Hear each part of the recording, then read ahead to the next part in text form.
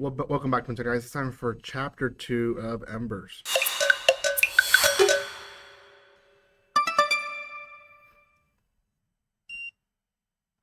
Welcome once again to my channel, guys. It's time for episode 2 of Embers. And this is a series that is airing on Shonen Jump. Reviewed chapter 1 not so long ago. Actually, for me, it was today. But series aired like a week and a half ago.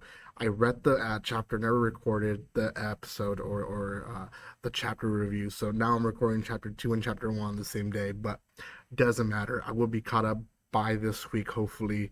And chapter 3 will be airing in 6 days. So we'll see what happens in chapter 3. But for now, Embers 2 continues, and it's essentially the initial of the actual story.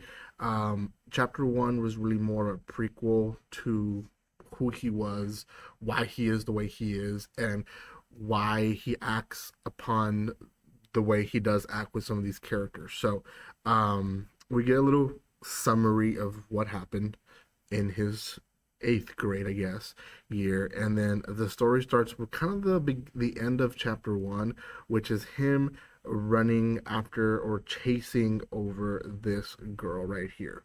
Now, she is the manager of the soccer team, and people notice him that he's chasing her. He himself is essentially trying to return a wallet that she dropped. That's the big thing. Now, before I forget, because I'm already forgetting, please do subscribe to my channel. Give some love by commenting, liking, and sharing. Completely missed that part. I always say it in all my videos. Please do subscribe, comment, like, and share. That helps tremendously. Like I said, I do have chapter 1 out, so you can check that out. I do have another series from Shonen Jump that I am reviewing. Might review the next new one, as well as some other series that I am looking at online. So if you guys want to catch all that and more with other stuff that I'm releasing, then do subscribe. And yeah, thank you again. So anyways, he's chasing this girl. She's important. Because of that, another guy starts chasing him.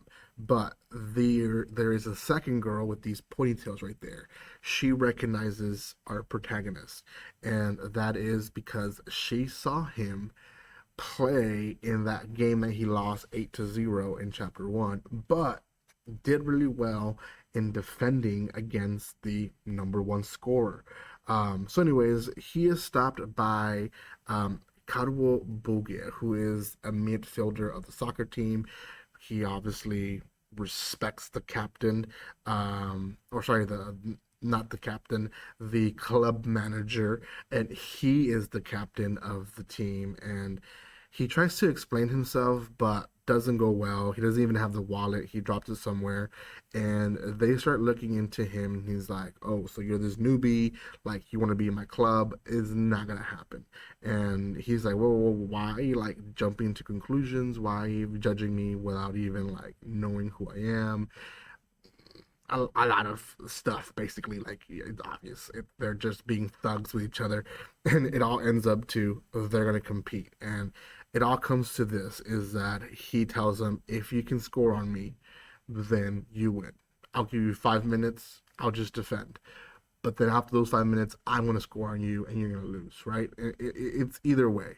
He finds it difficult, and it's very obvious that our protagonist is not an offense player. He hasn't even practiced dribbling. Like, he is a noob. People are making fun of him. He's a joke. And the 5 minutes are up, and it's now the other guy's turn to attack. And this is where it gets serious, because again, our protagonist is not a he's not an offense player. He is a defense player. So this is where the captain realizes that he is going against a monster when it comes to defense. And it doesn't go for too long. It's like 3-4 pages maybe of their game, and they're stopped by the girl, the manager, because she figures out that it wasn't his fault. He wasn't really chasing her. He wasn't really bullying her. So he is kind of the whole fight basically just ends, and the manager and the captain go their own way with the other girl, and they're talking with themselves, and essentially he's like, we can't get rid of them. Like I count it as a loss because I couldn't score. So if I couldn't score, that means I didn't win, right? So the captain, at the very least, knew that he was defeated. Secondly, there's passion in them that now they found a key component they wanted, which is a defender who's great at stealing balls and also a wall to be uh, to go against, which is, our protagonist. They have the midfielder, the captain, he's doing so well.